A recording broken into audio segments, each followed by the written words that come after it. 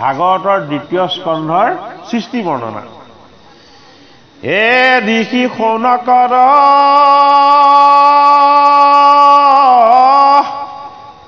প্ৰশ্ন মনোহৰ এ শুনি খুটে কৈবে লৈ ল এ শুনামু নিগন এ হুয়া একমন অতাত পাছে যেন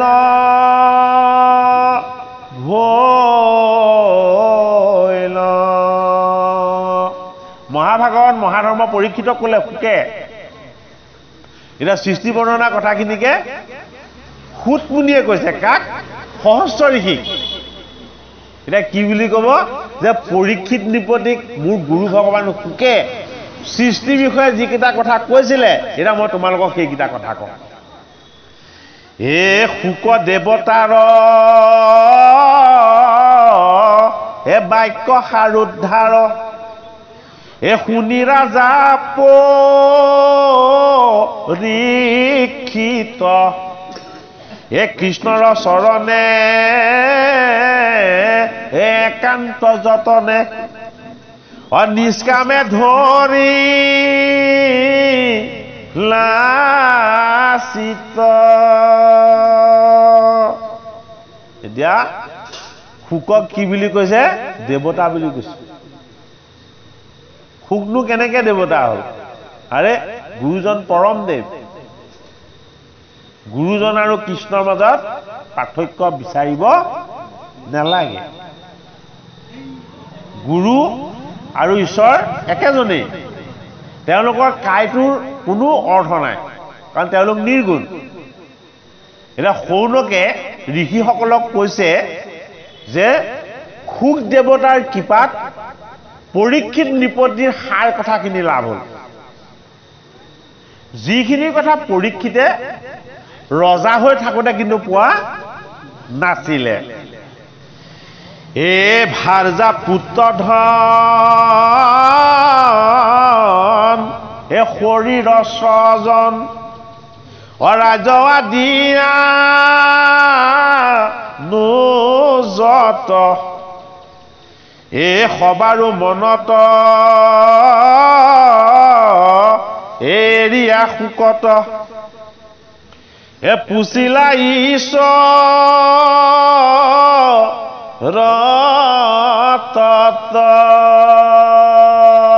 ঋষিসকলক কৈছে কোনে উঠে যে সেই শৌনক আদি শ্ৰেষ্ঠ ঋষিসকল পৰীক্ষিত সংসাৰী আছিলে তেওঁ পুত্ৰ জন্মেজয় আছিলে তেওঁ ভাৰ্যা আছিলে তেওঁ সোণৰ সিংহাসন আছিলে আৰু ৰাজ্য সম্পত্তি আছিলে পৰীক্ষিতে এই গোটেইখিনি ত্যাগ কৰিলে এইখিনি গোটেইখিনি ত্যাগ কৰি কি সুধিছে কেৱল ভগৱান কৃষ্ণৰ বিষয়ে প্ৰশ্ন সুধিছে ঈশ্বৰ কৃষ্ণ বিষয়ক কথা শুনিবলৈহে তেওঁ আগ্ৰহ প্ৰকাশ কৰিছে সেইটো কাৰণে কৃষ্ণ গুণগান এ কৰিবে শ্ৰৱণ এ ভৈগলা শ্ৰদ্ধা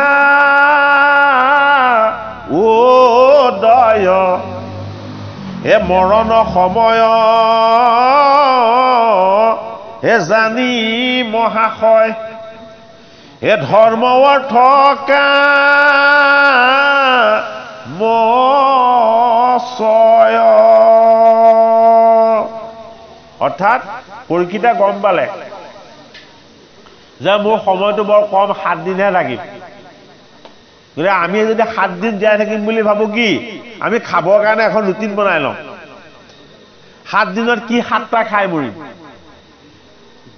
হয়নে বাৰু যাতে একো বস্তু আৰু তালিকাখনত বাদ পৰি নাযায় মানে পৰীক্ষিতে 7 দিনৰ ভিতৰত মৃত্যু হ'ব বুলি যেতিয়া গম পালে অন্ন ত্যাগ কৰিলে যে গোটেই জীৱনটোৱে খাই থাকিলো পেটেই নভৰিলে হয়নে গতিকে এই 7 দিন কেৱল মই আত্মাৰ অন্নহে গ্ৰহণ কৰিম বেলেগ অন্নৰ আৰু মোৰ এটা প্ৰয়োজন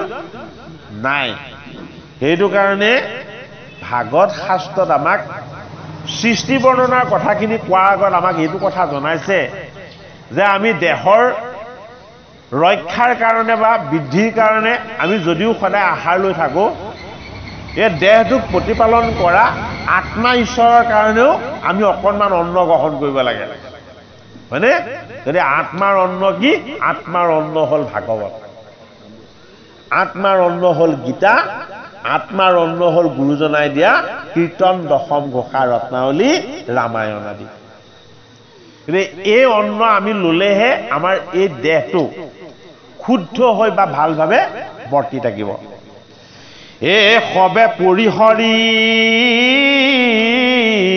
হে মনে কৃষ্ণ স্মৰি শুকৰ চৰ নচাই হে কীৰ্তঞ্জলি ধৰি হে আতি মৃদু কৰি এ বিনাৱন্ত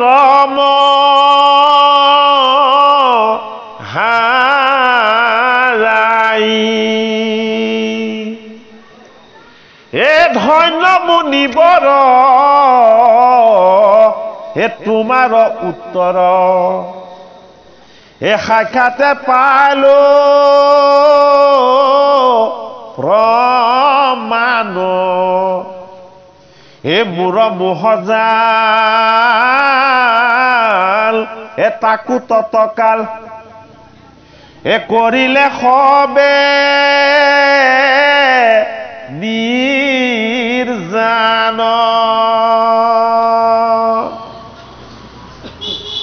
পৰীক্ষিত নৃপতিয়ে গুৰুজনৰ চৰণৰ ফালে চাই হাতযোৰ কৰিলে প্ৰণাম কৰিলে প্ৰণাম কৰি গুৰুজনক তেওঁ কৈছে মনেৰে কৈছে কিন্তু কথাৰে কোৱা নাই কি বুলি কৈছে যে মই অভিসম্পাদটো পাই মৰিম বুলি ভয় কৰিছিলো মানে অভিসম্পাদটো পোৱাৰ পাছত মোৰ পুত্ৰ পৰিবাৰ এইসকলৰ কি হ'ব বুলি মই চিন্তা কৰিছিলো কিন্তু আপোনাৰ যেতিয়া অৰুণ চৰণ পাই গলো এইবিলাক সকলো মোৰ পৰা আঁতৰি গুচি গল এই দুশ্চিন্তা আৰু বেয়া ভাৱনাবিলাক মোৰ পৰা কি হৈ গল আঁতৰ হৈ গল এতিয়া পৰীক্ষিত নৃপতিয়ে শুক মুনিক কৈছে যে হে মোৰ গুৰু ভগৱান ধন্য তুমি বোলে কিয় মোৰ মনৰ মোহটো দেখোন একেবাৰে নাইকিয়া হৈ গল এতিয়া বোলে কেতিয়া নাইকিয়া হল বোলে আপোনাৰ চৰণ পোৱাৰ লগে লগে মোৰ মনটো ফৰকাল হৈ গল মোৰ মনত এতিয়া একো শংকাই নাই শুকদেৱক কৈছে পৰীক্ষিতে মোৰ যিমানবিলাক মনৰ সংশয় আছিলে মৃত্যুৰ ভয় আদি আছিলে আপোনাৰ চৰণৰ সান্নিধ্য পোৱাৰ লগে লগে মই সকলোবিলাক সংশয়ৰ পৰা এটা মুক্ত হে গুৰু কৃপাময় হে আৰু অৰ্থচয় অজানিবা কমু ৰমন ও ইটো বিশ্বাখান হে প্ৰভু নাৰায়ণ অজিমতে কৰা স্ৰজন এটা পৰীক্ষিত নৃপতিয়ে শুকদেৱ গুৰু ভগৱানক ক'লে যে হে মোৰ গুৰুজন আপুনিতো সৰ্বজ্ঞ আপুনি সকলো জানে এতিয়া আপুনি মোক জনাকচোন মই যে এই পৃথিৱীলৈ আহিলো এই ব্ৰহ্মাণ্ডখনলৈ মই পৰীক্ষিত যে আহিলো এই ব্ৰহ্মাণ্ডখনক কোনে কেনেকৈ সৃষ্টি কৰিলে পৰীক্ষিতে প্ৰশ্ন কৰিছে যে এই ব্ৰহ্মাণ্ডখনক কোনে কেনেকৈ সৃষ্টি কৰিলে ৰচনা কৰিলে পৰীক্ষিতে শুকদেৱ ভগৱানক সুধিছে আৰু আপুনি মোৰ কৃপাময় গুৰু আপোনাৰ কৃপাৰ প্ৰসাদ পালে মই সেই কথা জানিবলৈ পাম এ যিমতে পালন্ত এ পুনু সংহাৰন্ত অজিহব শক্তি ধৰি অশিষব সংশয় এছে দি বেলা গয় অগুৰুমুখ কি পাকৰি কেনেকেনো এই ব্ৰহ্মাণ্ডখন সৃষ্টি হৈছে এই ব্ৰহ্মাণ্ডখনটো আকৌ কেনেকৈ বিনাশ হয় বা সংহাৰ হয় হে মোৰ গুৰু ভগৱান আপুনি এইখিনি কথা কৈ মোৰ মনত জাগ্ৰত হোৱা সংশয়টো আপুনি দূৰ কৰক এই ভাগ্য আছে জাতো এ মৰণ বেলাত এ পাইলো তোমাৰ কলাগ এ বুলিতে বচন এ জুৰয় নয়ন এ মনে ৰৈলাম হা ভাগ পৰীক্ষিত নৃপতিয়ে এই ব্ৰহ্মাণ্ডখননো কোনে সৃষ্টি কৰে কোনেনো পালন কৰে আৰু কোনেনো ইয়াৰ বিনাশ বা সংহাৰ কৰে হে গুৰুজন আপুনি কৃপাময় আপুনি কৃপা কৰি মোক এই বুলি জনাওক এই বুলি কৈ পৰীক্ষিতৰ দুই চকুৱেদি চকু পানী বৈ গৈছে কিয় চকু পানী বৈছে আনন্দৰ চকু পানী বৈছে বোলে কিয় মই অন্তিম সময়ত মহাভাগ্যৰ বলত আপোনাৰ চৰণ পালো পৰীক্ষিতে কেতিয়া পালে সুখক মৃত্যুৰ সময়ত গুৰুজনক পোৱা মানে কিমান ডাঙৰ ভাগ্য আমাক ভাগৰ শাস্ত্ৰ বুজাইছে অৰ্থাৎ আমি শৰণ লবলৈ মৰিব হলে ৰৈ থাকিব নেলাগে আমি জীৱনৰ মানে যৌৱন থকা কালৰ পৰা আচলতে আমি শৰণ ভজন লৈ হৰি ভকতিৰ পথত অগ্ৰসৰ হ'ব লাগে সেইটো কাৰণে আমাৰ মৃত্যু কেতিয়া আহে আমি কোনেও নাজানো আমি প্ৰত্যেকে 7 দিনীয়া চকৰিটোতে আমি পৰীক্ষিত হৈ ঘূৰি আছো সপ্তাহৰ বাৰ 7টা 8টা হয় জানো হা এটা পৰীক্ষিত যিদৰে 7 দিন জীয়াই আছে আমিও 7 দিনে জীয়াই আছো যদি আমি আধ্যাত্মিক হিচাপটো চাওঁ মানে পৰমাৰ্থিক হিচাপটো চাওঁ আমি প্ৰত্যেকে 7 দিনীয়া পৰীক্ষিত সপ্তাহৰ যিকোনো এটা বাৰত আমাৰ মৃত্যু হ'ব পাৰে সেইটো কোনো নিশ্চিত ক'ব নোৱাৰে গতিকে আমি 7 দিনীয়া সেইটো কাৰণে আমাৰ মৃত্যু আৱশ্যকভাৱী কেনেকে আমি জন্ম ললো যেতিয়া মৰিমেই এইটো সত্য গতিকে আৱশ্যকভাৱী কালে যেতিয়া আমাৰ চুলিত ধৰিয়ে আছে মানে বাৰু আমি সেইটো কাৰণে আমি ঈশ্বৰমুখী হ'ব লাগে আমি ভগৱতমুখী হ'ব লাগে যাতে আমি এই মানৱ জীৱনটো যেতিয়া এবাৰ পাইছো হৰি ভকতি কৰি যাতে আমি এই জীৱনটো কি কৰিব পাৰো উৎকৰ্ষ সাধন কৰিব পাৰো হে খুতে সৌনকত হে কন্ত হৰিহত ৰাজাৰ কাকু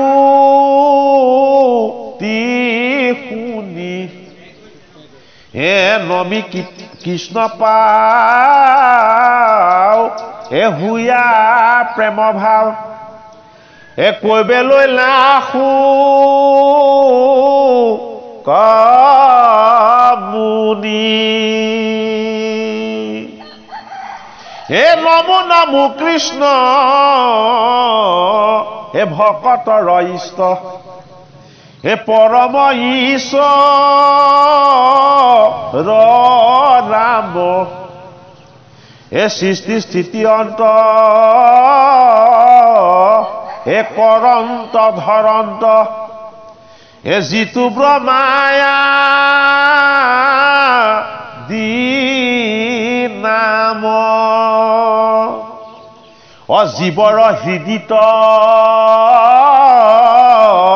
এ থাকি প্ৰতিনিত এতেকে নেদে কেৱ একান্ত ভকতে এ দেখন্ত সততে নমোহে ন কৃষ্ণ দেৱ এটা পৰীক্ষিতে কৃষ্ণৰ কথা শুনিছিলে পৰীক্ষিতে কৃষ্ণক দেখা নাছিলে কিন্তু কাৰণ পৰীক্ষিতৰ জন্মৰ আগতে কৃষ্ণ বৈকুণ্ঠ প্ৰাণ হৈ গ'ল হয়নে বাৰু পৰীক্ষিতৰ জন্মৰ ঠিক হেৰিয়াতে কৃষ্ণৰ বৈকুণ্ঠ প্ৰাণ হৈ গ'ল এতিয়া এই পৰীক্ষিত নৃপতিয়ে যেতিয়া সৃষ্টি বিষয়ক প্ৰশ্ন সুধিলে যে এই ব্ৰহ্মাণ্ডখন কোনে সৃজন কৰিছে কোনে পালন কৰিছে আৰু কোনে সংহাৰ কৰে তেতিয়া সুকমুনিয়ে মৌন হৈ বহি একান্ত চিত্তে তেওঁ ভগৱান কৃষ্ণৰ চৰণ চিন্তা কৰিলে কৃষ্ণৰ চৰণ চিন্তা কৰি শুকমুনিয়ে পৰীক্ষিত নৃপতিক ক'লে যে ভকতৰ ইষ্ট উপাসনীয় যিজন পৰম ঈশ্বৰ এই পৰম ঈশ্বৰজনে হ'ল কি ৰাম ৰাম মানে কি ৰাম মানে পৰমাত্মা ৰাম মানে পৰমাত্মা গতিকে ৰাম মানে প্ৰাচীন পুৰুষ যিজনৰ অতীত আৰু কোনো নাই তেওঁৱে প্ৰাচীন পুৰাতন আৰু যিজনৰ কোনোদিন অন্ত নহয় তেওঁৱে অনন্ত সেইটো কাৰণে ৰা পৰা আৰম্ভ হৈছে মত সমাপ্ত হৈছে ৰাম মানে যিজন অনাদি আৰু অনন্ত অনাদিৰ পৰা অনন্তলৈকে যি ব্যাপ্ত হৈ আছে সেয়াই হ'ল ৰাম সেইটো কাৰণে ৰাম ভগৱানৰ কি ৰাম ভগৱানৰ শ্ৰেষ্ঠ নাম অৰ্থাৎ অনাদিৰ পৰা পৰিব্যাপ্ত হৈ আছে কলৈলৈকে অনন্তলৈকে সেইটো কাৰণে ৰাম নামৰ মহিমা কোনেও কৈ শেষ কৰিব নোৱাৰে ৰাম চাৰি প্ৰকাৰ তিনি প্ৰকাৰ ৰামৰ কিন্তু কাম নাই এতিয়া আমাৰ নৰ সমাজে তিনি প্ৰকাৰ এক ৰামকে সেৱা কৰে প্ৰকৃত ৰামৰ সেৱা কিন্তু বুজি নাপায় পায়নে বাৰু সেইখিনি বুজিয়ে নাপায় আত্মাৰামৰ ওচৰলৈ নাযায় কিন্তু সেইটো আমি যাব লাগিব এই সৰধনু লোৱা ৰামৰ সেৱাহে কৰে বহুতে সেইটোৱে বুজি পাইছে শ্ৰীৰাম পৰশুৰাম বলিৰাম কাম হয়নে কথাটো আত্মাৰাম সেৱা শিৱই যেতিয়া কৈলাশত ৰাম যুগল যুগ ধ্যানত মানে তপস্যাত আছিলে এতিয়া পাৰ্বতীয়ে সন্মুখত এই চন্দ্ৰমা ঋষিক যেতিয়া মানে চাপ দি দক্ষই ভস্ম কৰিছিল সেই মুহূৰ্তত বহুত তৰ্জন গৰ্জন কৰিছে গৈ সতীয়ে একদম পুৰা ধ্যানত আছে ৰামক আত্মাৰামকে মানে ধ্যান কৰি চিন্তা কৰি আছে জীৱৰ কল্যাণৰ অৰ্থে সাৰ পোৱা নাই তৰ্জন গৰ্জন কৰাৰ পিছত তেতিয়া সতীয়ে খুব গালি পাৰিছে দেৱৰ দেৱ মহাদেৱ তুমি ঈশ্বৰ তুমি কাক ভজনা কৰা নাই তেওঁৰ তপস্যা ভংগ কৰিব নোৱাৰিলে তাৰপিছত যেতিয়া সম্পূৰ্ণ হ'ল হে দেৱী তুমি মিছাতে ইমান মোক তৰ্জন কৰি আছিলা গালি পাৰিছা তুমিক মই আগতেই কৈছিলো আদি শক্তি গ্ৰহণ কৰিবলৈ তুমি নকৰিলা তুমি কি জানিবা একো নাজানা তুমি চঞ্চলা হৈ সদায় থাকিবা চঞ্চলেই হৈ থাকিবা কৈছে এটা মই আচল নামৰ সেৱা কৰি আছো সেইটো তাৰমানে আচল জীৱৰ কল্যাণৰ অৰ্থে মই সাধনা কৰি আছো তুমি কিয় মোক মিছাতে গালি পাৰি কৈছো শিৱ পুৰাণৰ কথা এতিয়া শিৱৰ সাধনাটো গতিকে এক ৰাম শিৱ আৰু বিষ্ণু ভিন্ন বুলি ভাবিব নাপায় অভিন্ন ভিন্ন বুলি দুজন বুলি ভাবিব নাপায় আপুনি বিষ্ণু কৃষ্ণ সেৱাই কৰে এজন বৈষ্ণৱ নহয় জানো 12 বৈষ্ণৱৰ এজন শিৱ মহাবৈষ্ণৱ সেইটো কাৰণে আমি শিৱ পূজা নকৰো নহয় আমি জীৱক সেৱা কৰিলে শিৱ পূজা হয় আজি এই ভকত বৈষ্ণৱৰ চৰণ যে সেৱা হৈছে এয়া আচল শিৱ পূজা মনত ৰাখিব বুজিছে কথা ভকত বৈষ্ণৱৰ চৰণ সেৱাটো হ'ল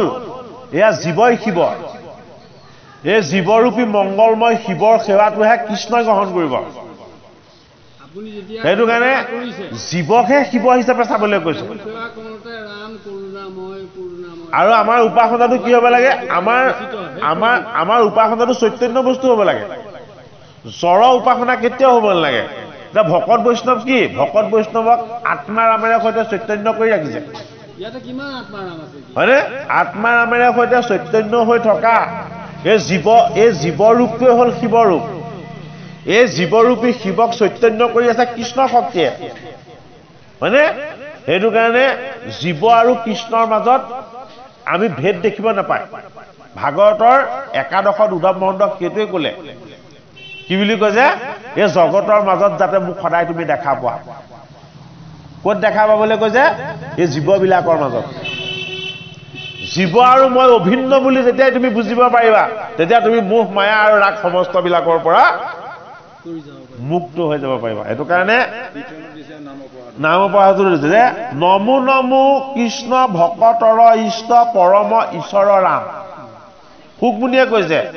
সৃষ্টি স্থিতি অন্ত কৰন্ত ধৰন্ত যিটো ব্ৰহ্মা আদি নাম সেইজনে ব্ৰহ্মা আদি নামহে ধাৰণ কৰিছে তেওঁ তত্ত্বৰ পৰাই সকলোবিলাকৰ উৎপত্তি সুখদেৱ ভগৱানে কৈছে জীৱৰ হৃদিত থাকি প্ৰতিনিত ঈশ্বৰ ক'ত থাকে প্ৰত্যেক জীৱৰে হৃদয়ত ঈশ্বৰ আছে এতেকে নেদেখে কেৱল তেওঁ হৃদয়ত গোপন হৈ লুকাই থকাৰ কাৰণে তেওঁ কোনেও নেদেখে তেওঁ কি হৈ থাকে তেওঁ অন্তৰ্যামী ঈশ্বৰ কি অন্তৰ্যামী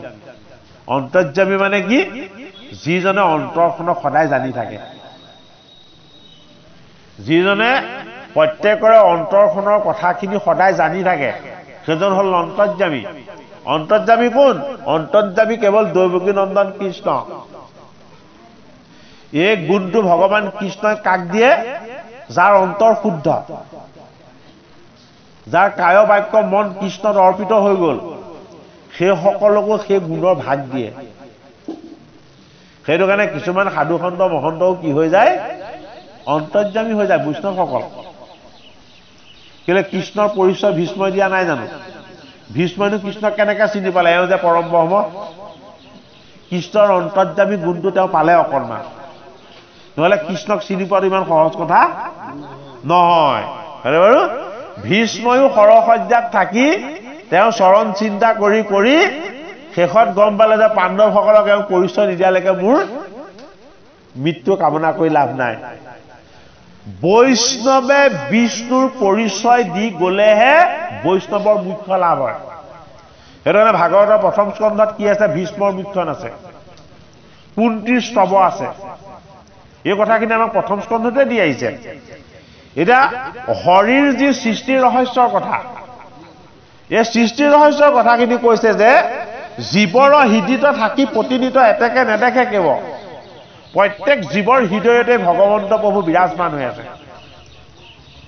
যদি তেওঁ বিৰাজমান হৈ নাথাকে তেতিয়াহ'লে জীৱ চৈতন্য হৈ নাথাকে একান্ত ভকতে দেখন্ত সততে সুকমুনিয়াই দিয়া ক'লে কাক কৈছে পৰীক্ষিতক কৈছে তুমি মোৰ চৰণত একান্ত চিত্তে শৰণ লৈ যেতিয়া তুমি বৈষ্ণৱ হলা তেতিয়া কি হৈ গ'লা তুমি ঈশ্বৰ মই উপাসনা কৰা ঈশ্বৰ কৃষ্ণক দেখা পাই গ'লা ক'ত দেখা পাই বোলা তোমাৰ গুৰুজনৰ মাজত দেখা পালা প্ৰথম পৰীক্ষিতে প্ৰথম কৃষ্ণক ক'ত দৰ্শন পালে গুৰু চৰণত শুকৰ চৰণত দেখা পালে হয়নে যে সমস্ত ঈশ্বৰ তত্ত্বৰ কথা যিজনে লাভ কৰিছে জানিছে ঐ এইজন মোৰ গুৰু ঈশ্বৰ ভগৱান কৃষ্ণ তুল্য হয়নে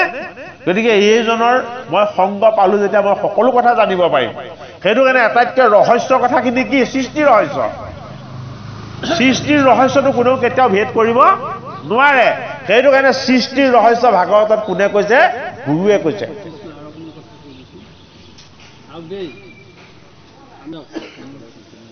হে সধমী জনৰ হে দুখ ভয় হৰ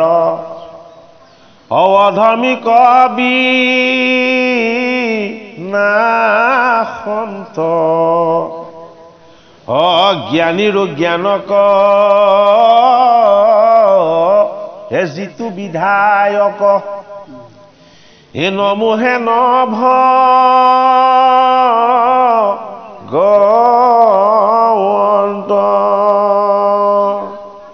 হে নমো দামোদৰ এ ভকত জনৰ এ পালক কৃপা সাগৰ এ যাহাৰ পদক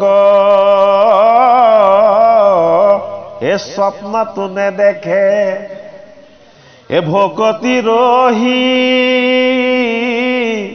তনৰ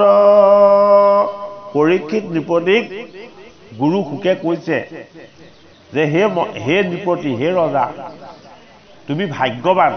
বোলে কিয় তোমাৰ অন্তৰত কৃষ্ণৰ প্ৰতি ভকতি হ'ল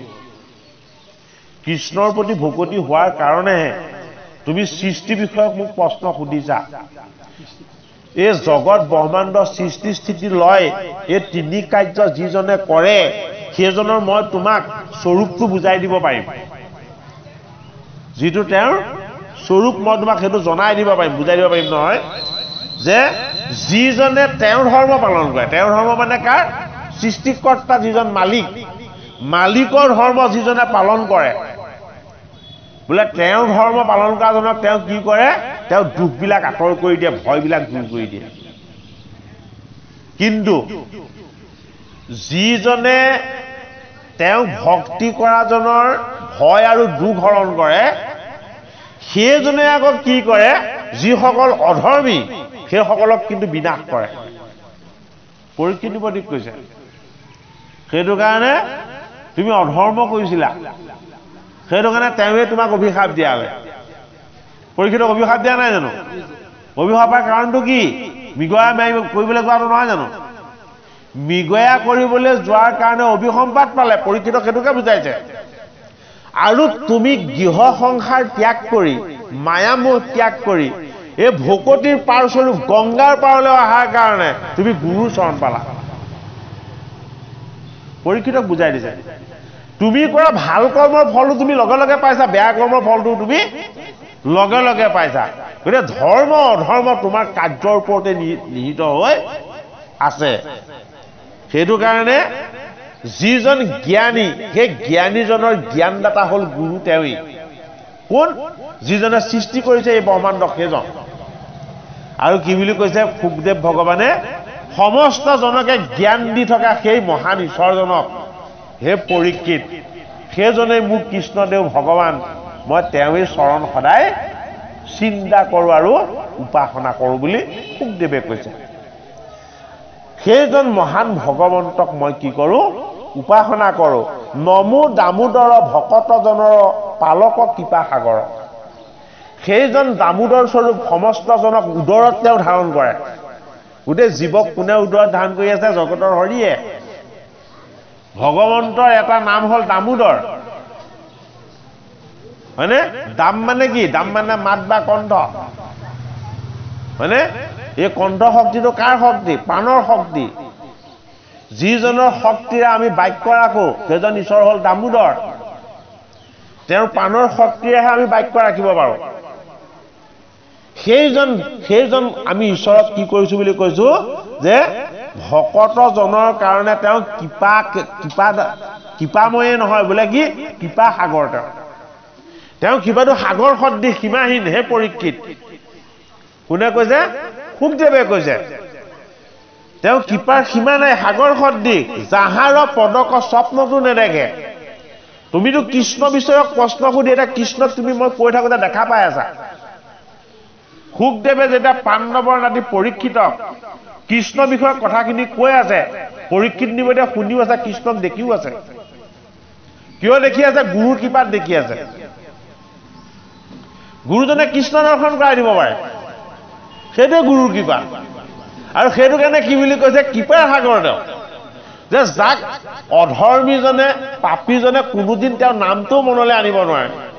যিজনক দেখা পাব নোৱাৰে হয়নে যে ভকতি যদি নাথাকে সেইজন ঈশ্বৰক কিন্তু স্বপ্নটো দেখা নাপায় তুমিতো সাক্ষাৎ দেখা পাইছা পৰীক্ষিতে কেনেকৈ দেখা পাইছে সাক্ষাৎ দেখা পাইছে তুমি তোমাৰ হৃদয়ত ভকতি আছে কৃষ্ণৰ প্ৰেম আছে সেইটো কাৰণে তুমি সাক্ষাৎ দেখা পাইছা কিন্তু অধৰ্মীজনে তেওঁ স্বপ্নটো কেতিয়াও তেওঁক দেখা পাব নোৱাৰে নাছিলে তেতিয়া নিকা হৈ গৈছিলে হে শ্ৰৱণ কীৰ্তন অৰ্চন বন্দন হে আদি ভকতি যাৰ হে সমস্ত লোকৰ হে সদ্য পাপ হৰে হে টান পাৱে নমস্কাৰ পৰীক্ষিতক কৈছে শ্ৰৱণ কীৰ্তন আৰু অৰ্চন বন্দন আদি ভকতিয়ে যাৰ সমস্ত জগতৰে পাপ হৰণ কৰি দিব পাৰে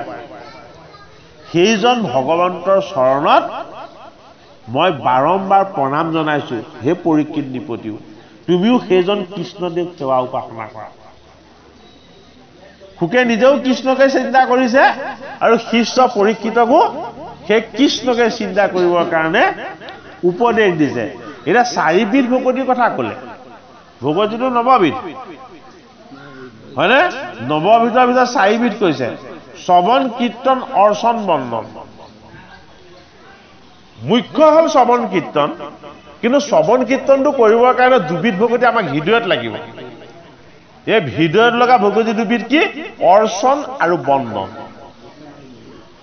হয়নে অৰ্চনা বা অৰ্পণা কৰিব লাগিব হয়নে হৃদয়তে তেওঁক বন্দনা কৰিব লাগিব তাৰ পাছতহে তেওঁক কীৰ্তন কৰা যায় ভগৱন্ত প্ৰভুক প্ৰথমতে হৃদয়ত স্থিতি কৰাব লাগে যিহেতু তেওঁ শিকিকে হৃদয়ত তেওঁক স্থিতি কৰাই হৃদয়ৰ দেৱতাজনৰ বস্তুকে আকৌ তেওঁক কি কৰিব লগা হয় অৰ্চন কৰিব লগা হয় হয়নে সেইটো কাৰণে অৰ্চন আৰু বন্দন বন্দনাটো কি বন্দনাটো সদায় আত্মাত কৰা হয় কীৰ্তনটো কণ্ঠেৰে কৰা হয় বন্দনা আৰু কীৰ্তনৰ মাজত এইটো পাৰ্থক্য হা সেইটো কাৰণে অৰ্চন বন্দন এটা জাম্বৱন্তৰ লগত কৃষ্ণ গোসাঁই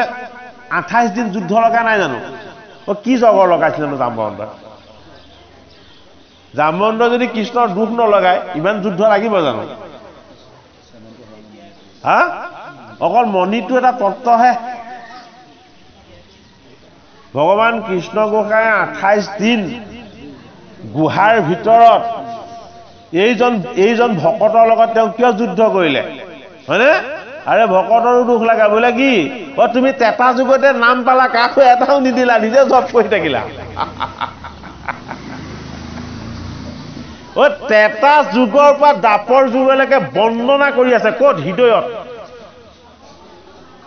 হৃদয়ত বন্দনা কৰি আছে এই শ্যামন্ত অকমান মানে পাতিছো আৰু দেই শ্যামন্ত মণিৰ কথা ওলাইছে কাৰণে পাতিছো শ্যামন্ত মণি ভাগৱতত বুজা আছে সূৰ্যৰ পৰা দেই সূৰ্যই কাৰ পৰা পাইছে সূৰ্যই কাৰ পৰা পালে শ্যামন্তকটো সূৰ্যই কাৰ পৰা পালে নহয়নে বাৰু শ্যামন্ত মণিটো সূৰ্যই কাৰ পৰা পালে সূৰ্যই পালে সূৰ্য নাৰায়ণৰ পৰা আদি নাৰায়ণ এই যে বিবস্বানে যে গীতা শুনিছিলে সেই কথাটো কৈছিলে নাই বাৰু নহয় আদিতে মই এই কথা বিবস্বানক কৈছিলো বুলি কৈছিলে নে নাই ৰ'ব শুনক মোৰ কথাটো শুনক আদিতে মই এই কথা বিবস্বানক কৈছিলো গীতাৰ এভাগ শ্লোকত আছে মই দাপৰ যুগতহে তোমাক এই গীতা কৈছো শ্যামন্তকৰ কথা ক'বলৈ হ'লে গীতাৰ কথা আনিব লাগিব এইটো বস্তু আপুনি পটককৈ ক'ৰ পৰা পালে বুলি বুজি নাপাব দেই শ্যামন্তক মণিটো কি মূল কথা হ'ল শ্যামন্তক মণিটো কি শ্যামন্তক মণিটো যি ৰাখিব পাৰে সেইজন অকুৰ শ্যামন্তক মণিক অকল এজনেহে ৰাখিব পাৰিলে সেইজন হ'ল অকুৰ খুৰা অকুৰ খুৰাৰ বাহিৰে বেলেগে শ্যামন্তক মণিটো ৰাখিব নোৱাৰিলে তাতকেও ডাঙৰ কথাটো কি কৃষ্ণই শ্যামন্তক মণিটো নিজতো নাৰাখিলে কৃষ্ণক মণিটো দিছে কিন্তু কৃষ্ণই মণিটো লগত নাৰাখে শেষত কি কৰিলে অকুৰ খুৰাক দিলে যে হে অকুৰ খুৰা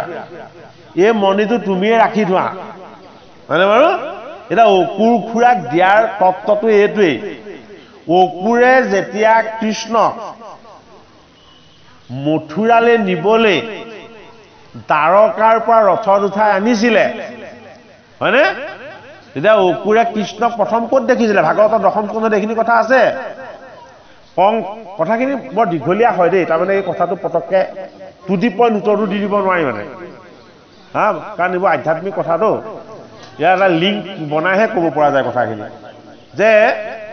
অকুৰক যেতিয়া কংসই মথুৰালৈ কৃষ্ণক আনিবৰ কাৰণে আজ্ঞা কৰিলে যে হে অকুৰ খুৰা মই তোমাক এটা আজ্ঞা কৰিছো বোলে কি তুমি এই মথুৰালে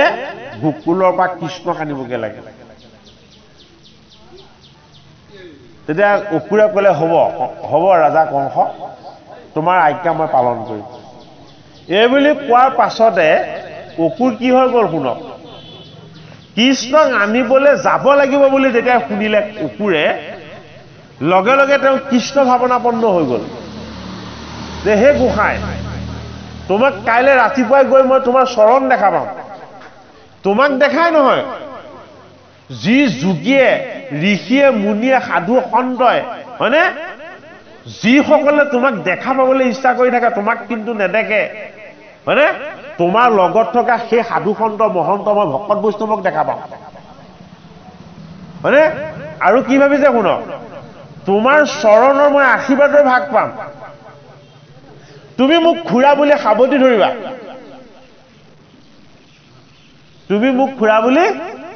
সাৱটি ধৰিবা আৰু তুমি মোক মধুৰ বাক্যৰে কৈ দে মই কুশলে পালোহিনি বুলি তুমি মোক সুধিবা হে কৃষ্ণ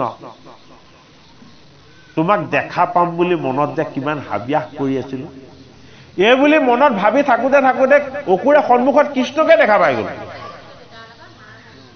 একেবাৰে প্ৰত্যক্ষভাৱে কৃষ্ণক দেখা পালে সন্মুখত পাছদিনাখনে আনিবলৈ যাব অকুৰ আচৰিত হৈ গ'ল কি কথা মোক তাৰ পৰা আনিবলৈ আজ্ঞাহে দিছিলে মই তেওঁৰ কথা ভাবোতে চিন্তা কৰোতে তেওঁ মোক সাৱটি ধৰিব বুলি মই মনতে ভাবি থাকোতে মই সন্মুখতে যে কৃষ্ণক দেখি গ'লো কি কথা তাৰ পাছত তেওঁ অকণমান পাছতে যেতিয়া কৃষ্ণক নেদেখা হ'ল তেতিয়া অকুৰে ভাবিছে নাই নাই এইটো মোৰ মনৰ ভ্ৰমহে এইটো মোৰ মনৰ ভ্ৰমহে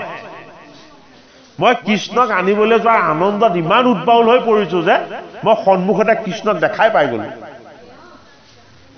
আচলতে কৃষ্ণ তালৈ আহিছিলে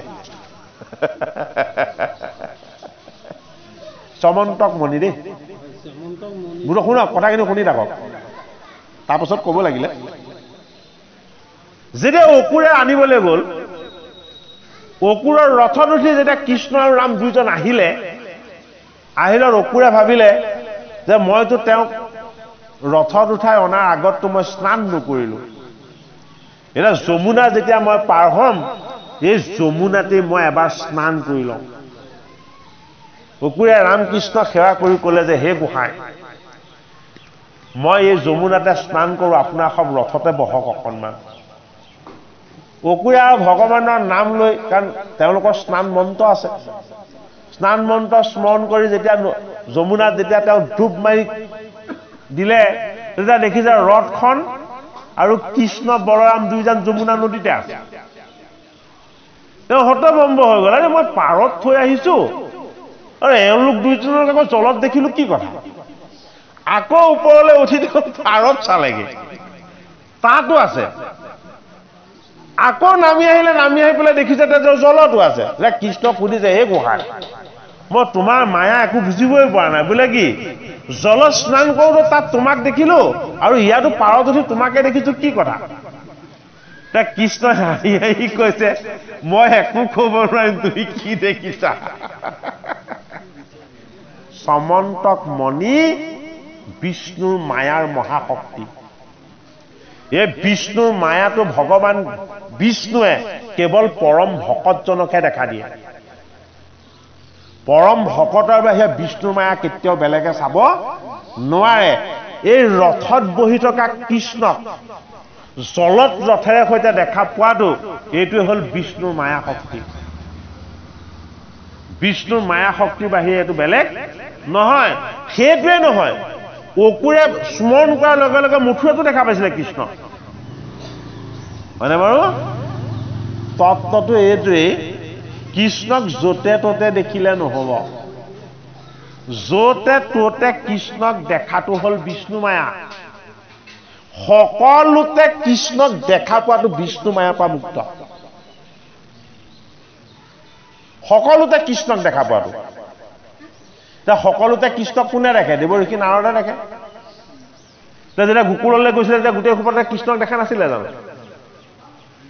হয় নে নহয় সাধাৰণত হৈ থাকোঁতে সকলোতে কৃষ্ণকে দেখা পাই থাকে কোনে মহাবৈষ্ণৱ শিৱই দক্ষ যজ্ঞটো কৃষ্ণকে দৰ্শন কৰি থাকিলে সেইটো কাৰণে দক্ষই গালি পাই থকাৰ কাৰণেও গম নাপাৰে গতিকে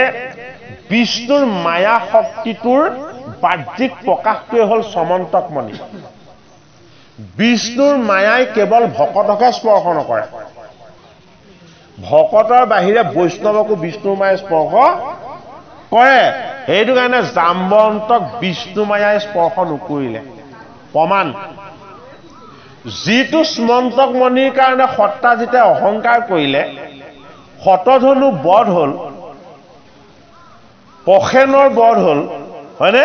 বলৰামেতো মণিটো নাপাই তীৰ্থ কৰিবলৈ ঘৰৰ পৰা ওলাই গুচি গ'ল বলৰামেও তীৰ্থ কৰিবলৈ গুচি গ'ল হয়নে সিংহকো মাৰিলে সেই মণিটো হাতত পোৱা স্বত্তেও জাম্বন্তৰ হৃদয়ত ৰামৰ বৰ্ণনা আছে নাম আছে নামৰ ইমান শক্তি যে নামৰ ইমান মহাশক্তি যে সেই মণিটো নি দলি মাৰি ল'ৰা ছোৱালীবিলাকক দি দিলে এইটো অকামিলা বস্তু মোৰ কোনো প্ৰয়োজন নাই কিয় অকামিলা বস্তু বোলে মোৰ হৃদয়ত মোৰ ৰামৰ নাম আছে ৰামৰ নামতকে এই জগতত শ্ৰেষ্ঠ বস্তু একো নাই মণিটো দলিয়াই পেলাই দিলে এতিয়া কৃষ্ণই মণি আনিবলৈ যোৱা কথাটোৱে সমন্তক মণিৰ উদ্ধাৰ তত্ত্ব নহয় কৃষ্ণৰ গুণনামৰ যশ প্ৰকাশ কৰাটো হ'ল কৃষ্ণৰ উদ্দেশ্য কৃষ্ণৰ এই বিষ্ণুৰ মায়াটোৰ পৰা জীৱক মুক্ত কৰিব পাৰে কৃষ্ণৰ গুণৰ নামৰ যশে এইটো কাৰণে জাম্বন্তৰ লগত 28 দিন যুদ্ধ কৰিলে যুদ্ধত কিন্তু জয়ো হোৱা নাই পৰাজয়ো হোৱা নাই কাৰণ ধৰ্ম যুদ্ধ হয়নে বাৰু এটা কৃষ্ণয়ো কোপ খাইছে আৰু জাম্বন্তয়ো সমানে এটা ভাগ পাইছে শেষত যেতিয়া তেওঁ হাড় মুৰবোৰ ছিগি যোৱাৰ নিচিনা হ'ল ভাগৰ লাগিলে যেতিয়া যে মোৰ দাপৰ যুগৰ পৰা ইমান দিনৰ সাধনাৰ শক্তিও যিজনক মই পৰাভূত কৰিব পৰা নাই এইজন চাগে ৰূপটো সলাই আহিছে হয়নে এইজনে চাগে ৰূপটোহে সলাই আহিছে মই উপাসনা কৰি থকাজনেই এইজন চাগে নহয়নে বাৰু তাৰ দ্বাৰা এইটোৱে বুজালে যে ঈশ্বৰ গুণত নাথাকে ঈশ্বৰ ৰূপত নাথাকে ঈশ্বৰ আকাৰত নাথাকে ঈশ্বৰ ক'ত থাকে ঈশ্বৰ নিৰ্গুণ আৰু নিৰাকাৰত থাকে জগতৰ প্ৰতিটো আকাৰেই তেওঁ বুলি ভাবিব লাগিব জগতৰ প্ৰতিটো বস্তুৰ ৰূপে তেওঁৰ ৰূপ বুলি ভাবিব লাগিব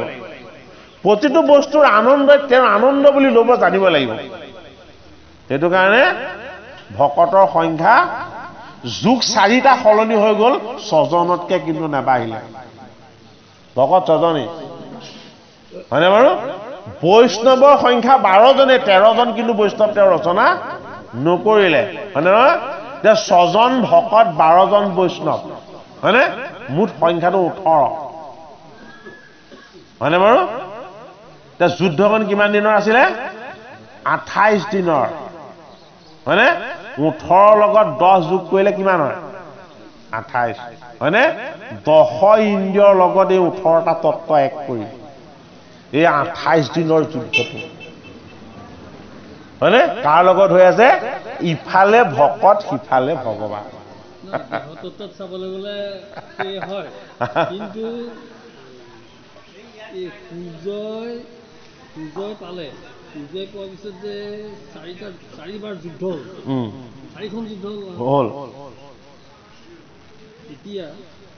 সূৰ্যই আচলতে আপুনি কৈছে বাৰু যেনে নাৰায়ণপুৰ ঘৰে দিলে নাই সূৰ্য নাৰায়ণে দিয়া সূৰ্যক নাৰায়ণে দিলে নাৰায়ণপুৰ ঘৰে নাৰায়ণৰ বস্তু নিজৰ সম্পত্তি এইটো ইয়াতে অকণমান আছে মানে নহয় শুনক মণিটো মায়া কিন্তু মণিটো মায়া মানে মণিটো দিছে নাগৰাজে নহয় মণিটো কিন্তু মায়া আছে মণিটো যিটো মণি অনন্ত সজ্জা আগুৰি যে এই যে 100খন ফেনাৰ তই গম পাইছো সেই নাগেহে মণিভাগ দিছে নাৰায়ণপুৰ আৰে নাগে মানে কবজত ৰাখিবলৈ দিলে নহয় সেইটোৱে আত্মা মূল তত্ত্বটো সেইটোৱে হ'ল এনেকে যে ৰাখিছে ৰাখিছে এনেকে এইজনেহে দিছে নহয় সেইটোৱে হ'ল আত্মাৰামৰ তত্ত্ব তাৰ যিটো তত্ত্ব বাকী বস্তুটো বিষ্ণু মায়া গম পাইছে নহয় আৰু বিষ্ণুৰ মায়াৰ শক্তিটোতকৈ ডাঙৰ শক্তি জগতত একো নাই সেইটো প্ৰকাশ কৰিছে কাৰণ হেৰি আকৌ নাৰী শপত যুৱতী বেশত তেওঁ হৰকো মোহিত কৰা নাই জানো হয়নে আৰু হৰৰ স্থিতি কি বুলি কৈছে বিষ্ণুৰ মায়াতকৈ ডাঙৰ বস্তু একো নাই বুলি কৈছে হয়নে বাৰু সেইটো কাৰণে বিষ্ণুৰ মায়াটো ভাল বস্তু বিষ্ণুৰ মায়াটো বেয়া বস্তু নহয় বাকী এই মধুমতী মায়া কৃষ্ণ কৃষ্ণ হয়নে মধুমতী মায়া উন্মত্ত কৰায় হয়নে এইবিলাক মায়া বেয়া বস্তু বিষ্ণুৰ মায়াটো হৰি ভকতিৰ বস্তু কৃষ্ণ সেইটো কাৰণে হৰি ভকতিৰ বস্তুখিনি বিষ্ণুৰ মায়াৰ যোগেদি প্ৰকাশ হয় বিষ্ণুৰ মায়াৰ যোগেদি হৰি ভকতিৰ কথাখিনি প্ৰকাশ হয় সেইটো কাৰণে ভাগৱত শাস্ত্ৰৰ তত্ত্বসমূহৰ অৰ্থ যে সেইজনে কেতিয়াও বুজি নাপাব বুলি কৈছে আৰু সেই তত্ত্ব দিছেগে আকৌ দশমতহে আমাৰ এতিয়া দ্বিতীয় স্কন্ধৰ পাঠ আছে আৰু অকণমান কৰি সামৰিম আৰু দেই কৃষ্ণ হে ৰাম হে যাহাৰ চৰণে হে সেৱে অনুক্ষণে হে যত বিচক্ষ নজন হে পায়া ব্ৰহ্মগতি হে তৰিয়া দুৰ্গতি তাহাঙ্ক কৰো বন্দন ভক্তিহীন নৰে এ যত কৰ্ম কৰে এ সকলে বিফল হয় এ তপ জপজন এ জাত সমৰ্পণ বিনে ফলন ধৰয় এতিয়া আমাক শাস্ত্ৰভাগে কৈছে কি ভক্তিহীন নৰয় যি কৰ্ম কৰে এই কৰ্মৰ পৰা কোনো আধ্যাত্মিক ফল লাভ নহয় আধ্যাত্মিক ঈশ্বৰীয় ফল লাভ হ'বলৈ হ'লে কিহেৰে কৰিব লাগিব ভক্তি আৰু শ্ৰদ্ধাৰে কৰিব লাগিব নিষ্কাম ভকতি নিষ্কামভাৱে ভকতি কৰক তেতিয়া হয় হে হেন কৃষ্ণদেৱ এ পৰি কৰো সেৱ এ সুমংগল কীৰ্তি যাৰ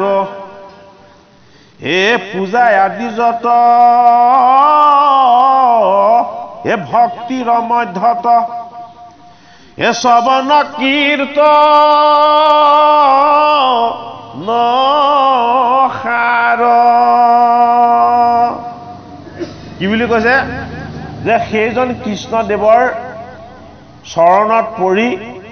মই সুমংগল তেওঁ গুণ কীৰ্তন কৰোঁ কিয়নো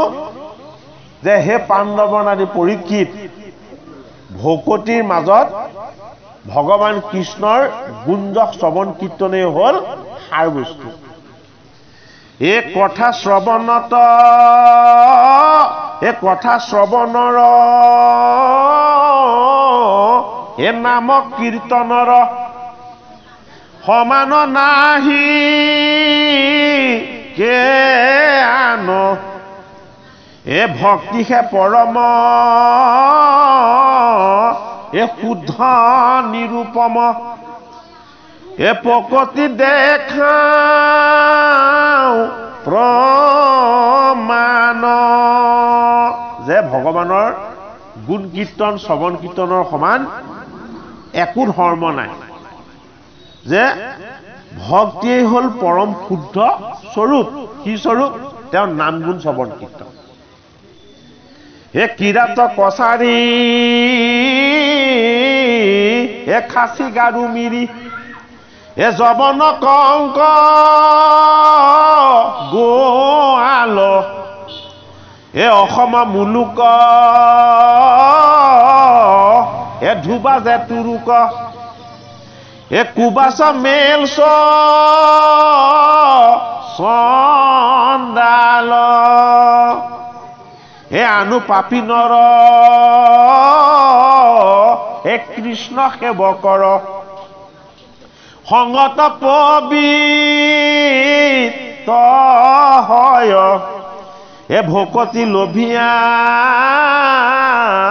এ সংসাৰ তৰিয়া এ বৈকুণ্ঠ সুখে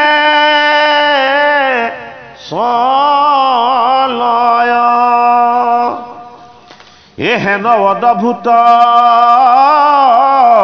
মহিমা যুগুত পৰম ঈশ্বৰ দেৱ এ কপটক এৰি এ যাৰ পাৱে পৰি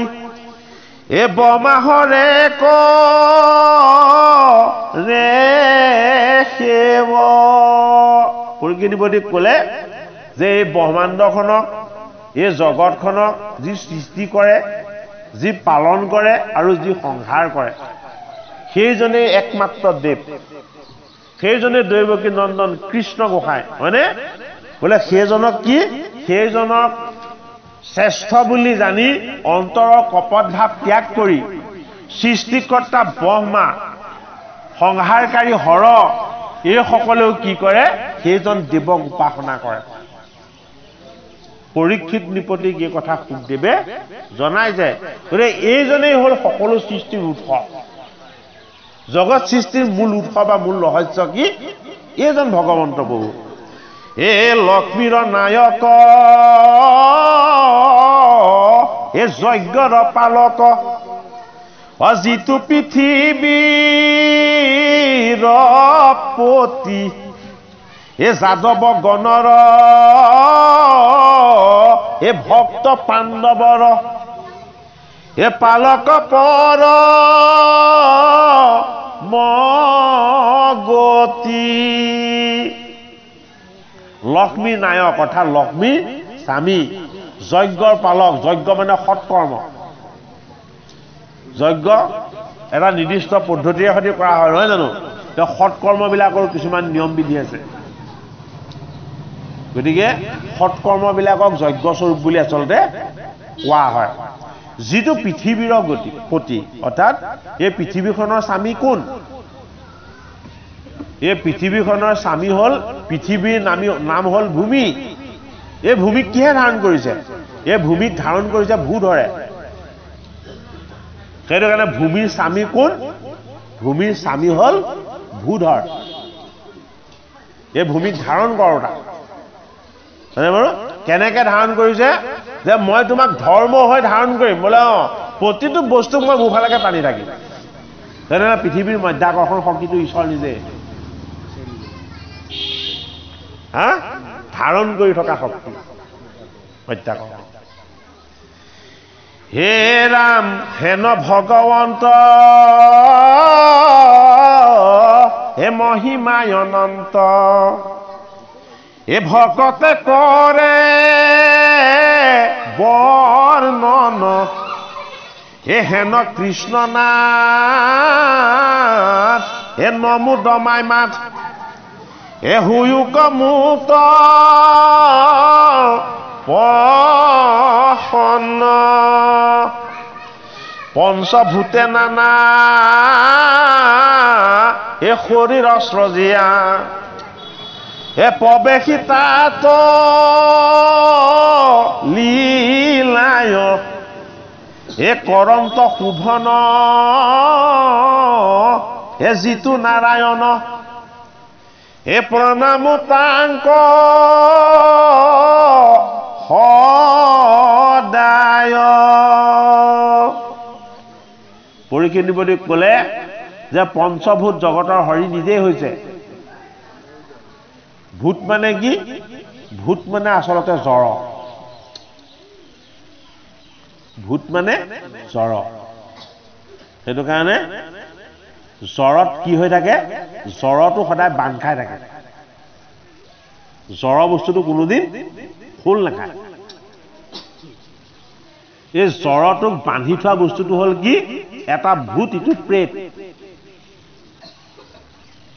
জ্বৰটোক জ্বৰ কৰি যি বান্ধি ৰাখে সেইটো কি এইটো প্ৰেত ভূত প্ৰেত আমাক কয় নে নকয় হয়নে বাৰু এই পঞ্চভূতৰ জড়তাটো আৰু এই জড়তাতে লাগি থকাটো এইটো হ'ল ভূত প্ৰেত হয়নে এই জড়তাৰ পৰা মুক্ত কৰি দিব পৰা শক্তিটো কি এই শক্তিটো হ'ল ঈশ্বৰ চৈতন্য শক্তি এই চৈতন্য শক্তিটোৱে হ'ল কি ঈশ্বৰ সেইটো কাৰণে কি বুলি ক'লে সুখদেৱ ভগৱানে পৰীক্ষিতক যে হে পৰীক্ষিত হে বায়ু যমদগ্নি বৰুণ শশাঙ্ক হে প্ৰজাপতিমহ প্ৰজা প্ৰতিষ্ঠ ময়ে বায়ু ময়ে যম ময়ে অগ্নি ময়ে জল আৰু ময়ে পৃথিৱী আকাশ প্ৰজাপতিসকলৰ মাজত যিজন সৃষ্টিকৰ্তা ব্ৰহ্মা সেইজনো মই জগতৰ হৰিয়ে কৈছে বোলে কি সেই প্ৰজাপতিৰো মই পিতামহ সৃষ্টিকৰ্তা ব্ৰহ্মাৰো কি মই ককাৰো ককাক প্ৰাচীন পুৰুষ মই পিতামহ সেইটো কাৰণে শাস্ত্ৰ ভাগত কি বুলি কৈছে পঞ্চভূতে নানা শৰীৰ সৃজিয়া এই পঞ্চভূতৰ শৰীৰবিলাক কোনে সৃজন কৰিছে জগতৰ হৰিয়ে সৃজন কৰিছে তেওঁ এই শৰীৰবিলাক সৃজন কৰি কি হয় শৰীৰবিলাক গুণময় তেওঁ তাত নিৰ্গুণ হৈ প্ৰৱেশ হৈ থাকে শৰীৰবিলাক গুণময় কিন্তু ঈশ্বৰ কি ঈশ্বৰ নিৰ্গুণ এইটো কাৰণে ঈশ্বৰ তাত নিৰ্গুণ হৈ প্ৰৱেশ হৈ থাকে কিয় প্ৰৱেশ হৈ ঈশ্বৰ কিয় প্ৰৱেশ হৈ থাকে বোলে মই প্ৰৱেশ হৈ সিহঁতক চৈতন্য কৰি ৰাখো জীৱই দুখ পালেও কষ্ট পালেও মোৰ কিন্তু সদায় আনন্দহে থাকে দুখ কষ্ট নাথাকে ঈশ্বৰৰ দুখ কষ্ট কোনোদিন নাথাকে তেওঁ সদায় আনন্দিত জীৱৰ লগত থকা দুখ কষ্টবিলাকে তেওঁক স্পৰ্শ নকৰে এটা কিয় স্পৰ্শ নকৰে সেইটো কৈছো ভাগৱত শাস্ত্ৰৰ কথাটো ওলাইছে তেওঁ দুখ কষ্ট স্পৰ্শ নকৰাৰ কাৰণটো হ'ল তেওঁ গুণাতীত তেওঁ নিৰ্গুণ আৰু তেওঁ নিৰাকাৰ দুখ কষ্টটো সদায় আকাৰবিলাকত থাকে দুখ কষ্টবিলাক ক'ত থাকে সদায় কায়িক বস্তুবিলাকত থাকে আকাৰত থাকে প্ৰকৃতিত থাকে জগতৰ হৰি কি পৰম পুৰুষ প্ৰকৃতিক চলাই থকা শক্তি তেওঁ সেইটো কাৰণে তেওঁৰ কোনো দুখ কষ্ট নাথাকে সেইটো কাৰণে পৰীক্ষিত নৃপতি সুখদেৱে কৈছে যে যিজনৰ লগত কোনো দুখ কষ্ট নাই সদায় আনন্দহে আছে হে পৰীক্ষিত নৃপতি তুমি সেইজন ঈশ্বৰৰ চৰণ সেৱা কৰা তেতিয়া তোমাৰ মাজত থকা দুখ কষ্টবিলাকো কি হ'ব দূৰ হ'ব এ সেহি কৃপাময় হে মূৰ বাক্য ছয় হে অলংকিত ৰন্তোক সিংগাৰ আদি নানা হে ৰসে বাজ হৌক হে আনন্দে লোকে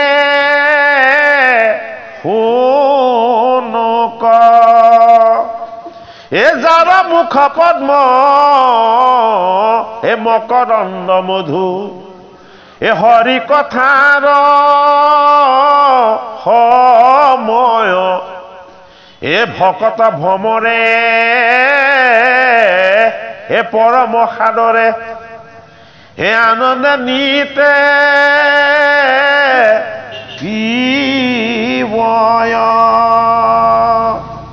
কি বুলি কৈছে যে মোৰে অমৃতময় ভাগৱত কথা হে পৰীক্ষিত কেৱল একান্ত ভকতসকলেহে শ্ৰৱণ কৰিব পাৰিব বা একান্ত ভকতসকলেহে শ্ৰৱণ কৰিব কিয় শ্ৰৱণ কৰিব যে ভকতে ভ্ৰমৰ মানে ভোমোৰাই যিদৰে ফুলৰ পৰা মৌ বিচাৰে ভকতেও ভ্ৰমৰাৰ দৰেই কেৱল ভগৱন্তৰ আত্মাৰ মৌ বিচাৰিব এই আত্মাৰূপী মৌৱে হ'ল কি এই ভাগৱত শাস্ত্ৰৰ পদ বা কথা যে পৰম ভকতসকলে যাতে এই অমৃতময় ভাগৱত কথা আনন্দেৰে পান কৰে এই হেন কৃপাময় এই গুৰু পিতৃ ব্যাস অনতিতা নচ ৰণত তাহান কিপাত পঢ়িলো সাক্ষাৎ ইটো মহাভাগৱত পৰীক্ষিতক সুকে কৈছে যে মই এই ঈশ্বৰৰ আনন্দময় কৃপাৰ ভাগ কাৰ পৰা পালো জানা মোৰ পিতৃৰ পৰা পালো মোৰ পিতৃ ব্যাসে এই ভাগৱত শাস্ত্ৰ প্ৰণয়ন কৰাৰ পাছত এই ভাগৱত মোক তেওঁ পঢ়ালে ভাগৱত পঢ়োৱাৰ কাৰণে কি হৈ গ'ল ময়ো মহাভাগৱত হৈ গ'লো অৰ্থাৎ সুকে ভাগৱত পঢ়ি এই ভাগৱত তেওঁ বৰণ কৰিলে হৃদয়ত এই মতে হৰি গুৰুক নমিয়া সুক মহামু নিবৰ কৰিয়া সাদৰ ৰাজাৰ প্ৰশ্নৰ দিবাক গৈলা উত্তৰ নিপ যোগেন্দ্ৰ সংবাদ সুন্দৰ যেন মতে ভৈ কথা দ্বিতীয় স্কন্ধৰ 4 অধ্যায়ৰ মানে গৈ কথা হৰি নাম হে ৰাম ৰাম ৰাম কি পালো ভগৱান বৈষ্ণৱ সকলৰ আজ্ঞা হলে দোহাৰি আমি সামৰিব পাৰোঁ সামৰিছে ন এই মতে হৰি গুৰুক নমিয়া সুক মহামুনিবৰ সুক মুনিয়েও কাক নমস্কাৰ কৰিলে গুৰুক নমস্কাৰ কৰিলে সুকৰ গুৰু কোন পিতৃগুৰু ব্যাস তেওঁক এই ভাগত পঢ়ালে শিকালে বুজালে আৰু অতি সাদৰ কৰি যত্ন কৰি ৰজাৰ প্ৰশ্ন ৰজা কোন ৰজা হল পৰীক্ষিত নৃপতিক তেওঁ উত্তৰবিলাক দি গ'ল নিপ যোগেন্দ্ৰ নিপ মানে ৰজা যোগেন্দ্ৰ মানে হল হেৰি সুকমুনি যোগীসকলৰ মাজত তেওঁ ইন্দ্ৰস্বৰূপ সেইটো কাৰণে যোগেন্দ্ৰ নিপ মানে হল ৰজা পৰীক্ষিত আৰু সাধনময় ঈশ্বৰ স্বৰূপ মুনীন্দ্ৰ এই সুকমুনি এই সুন্দৰ সংবাদখিনি এইদৰে পদবন্ধে আগবাঢ়িছে আৰু কি বুলি ক'লে গুৰুজনাই যে দ্বিতীয় স্কন্ধৰ 4 অধ্যায়ৰ এহি মানে গৈলা কথা